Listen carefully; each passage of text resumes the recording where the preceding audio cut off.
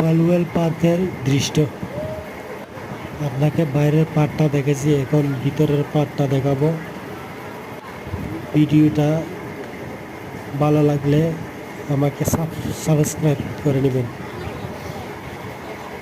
ধন্যবাদ।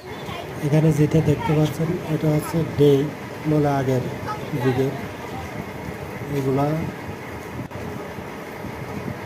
এটা হচ্ছে একটা নতুন আইটেম, আপনারা ঘুরে দেখতে পারবেন। অনেক সুন্দর একটা জায়গা, না দেখলে কিন্তু মিস করবেন।